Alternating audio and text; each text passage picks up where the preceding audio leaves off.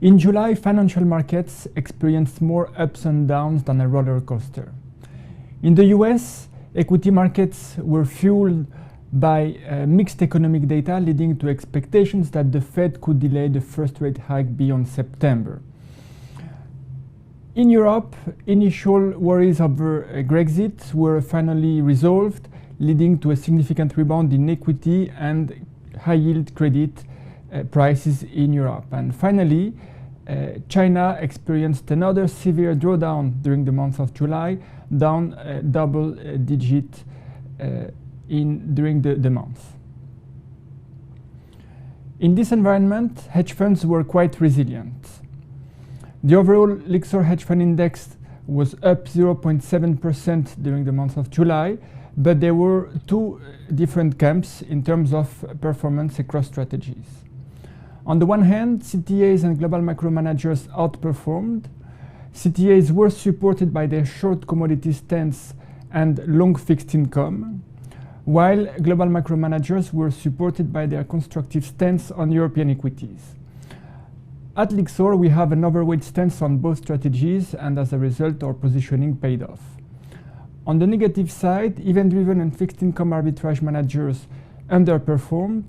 Event-driven managers were hurt by their exposure to commodity-related companies, which experienced a severe drawdown in the face of falling commodity prices, and fixed income arbitrageurs were exposed to some extent to China and to another extent to falling commodity prices as well. Finally, long-short equity managers delivered mixed returns, close to zero. On the one hand, Asian long-short managers were hurt by their exposure to China. Meanwhile, variable biased and market-neutral managers outperformed as expected as well, considering our overweight stance on long-short equity, variable bias, and market neutral. Overall, our positioning paid off until now. We are overweight CTAs and global macro, two strategies that outperformed in July. And we are neutral to underweight on event-driven and fixed income arbitrage. For the time being, we are not making any change to this allocation. We think that our recommendations are adapted to the current market environment in a context in which the data flow in the US in particular will provide further guidance on the next step from the Federal Reserve, a move that could trigger market uncertainty.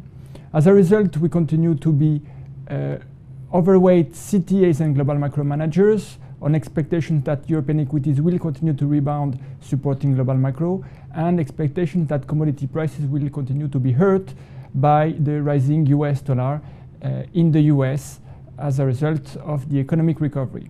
On the other side of the spectrum, we remain underweight fixed income arbitrage as a result of the exposure of some credit managers to high yield in the US, heavily weighted towards commodity companies.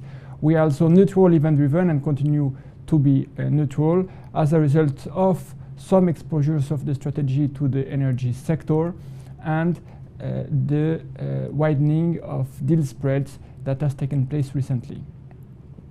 On the long-short equity side, we continue to be somewhat defensive, having a preference for flexible strategies such as variable bias and market neutral long-short equity managers.